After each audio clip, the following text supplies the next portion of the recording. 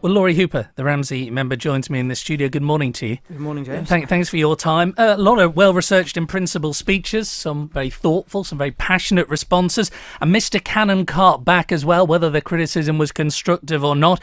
You pulled no punches. Tell me, first of all, what was your real gripe with this budget, your real concern above anything else? I think what the message I was trying to get across is that when we're setting these budgets, we need to be realistic about the level of public service that we want. And it seems to me that we're asking for a very high level of public service, but at the same time, we're not willing to accept that that costs money.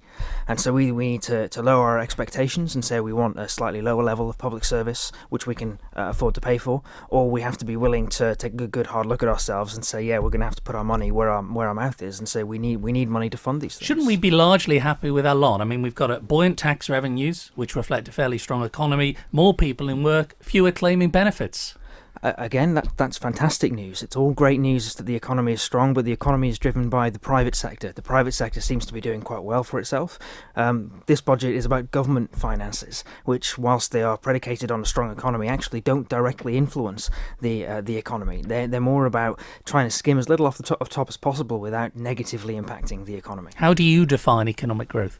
Well, the same way anybody else does. It's all about more jobs, more workers, more tax revenue, more GDP, all the rest of it. But all of that is driven, like I said, by the private sector, not by government. So you say basically that this good news is happening in spite of government? That's partly my view, actually, is that a lot of this good news is happening in spite of the budget that we've seen last year, in spite of the budget we've seen today. I think we're going to see more good news coming through the year, but I think that good news has been blunted in a lot of ways by the budget before us. Would you raise taxation? I'm not sure about that, in all honesty. I certainly wouldn't do it without consulting with the public, because I think they have a right to have a say. What solutions have you got, then, to solving your concerns? Well, to start with, let's talk about the police force, for example. The best way of delivering the kind of police force that we need, that we actually want, is to stop and ask the people delivering the police force, if I want community policing, how much do you need to deliver community policing? How many police officers do you need to deliver this police model? And then then they can tell us how much it will cost to deliver, rather than the current approach, which is to say, here is your budget, and I also want you to deliver this top-notch service. You said this budget threatens to cause long-term damage to the constabulary, and I'm sure that in recent times, senior officers from the Chief Constable down have been very diplomatic about what they've said publicly. Have you spoken to the Home Affairs Minister about this? Because he hasn't complained publicly.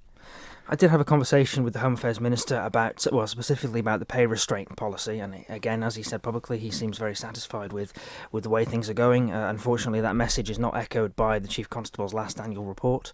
I don't think it's echoed by boots on the ground. I think maybe there is a little bit of a disconnect, really, between the Council of Ministers and the people actually delivering some of these vital services. You've raised concerns about the budget risk providing inadequate support for the NHS as well. Hasn't the NHS had enough money? Doesn't recent years prove that just throwing money at a deficit, it's far more than that?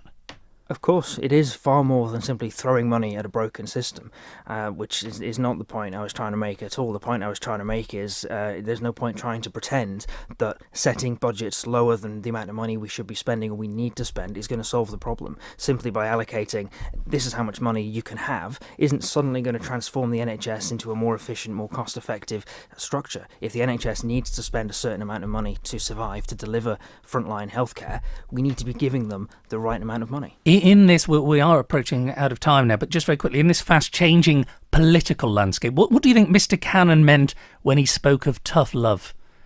And would you embrace it? I think Mr. Cannon's approach, tough love is one way of describing it. Playing hardball is the phrase that I used. And it is more about restraining budgets and saying you will deliver the services that we expect you to deliver within this reduced cost, within this reduced framework. And to my mind, that's just not realistic in every case. So much more we could say. We're out of time for now. Lawrie Hooper, thanks for your time this morning. Thanks very much. Ramsey member Lawrie Hooper.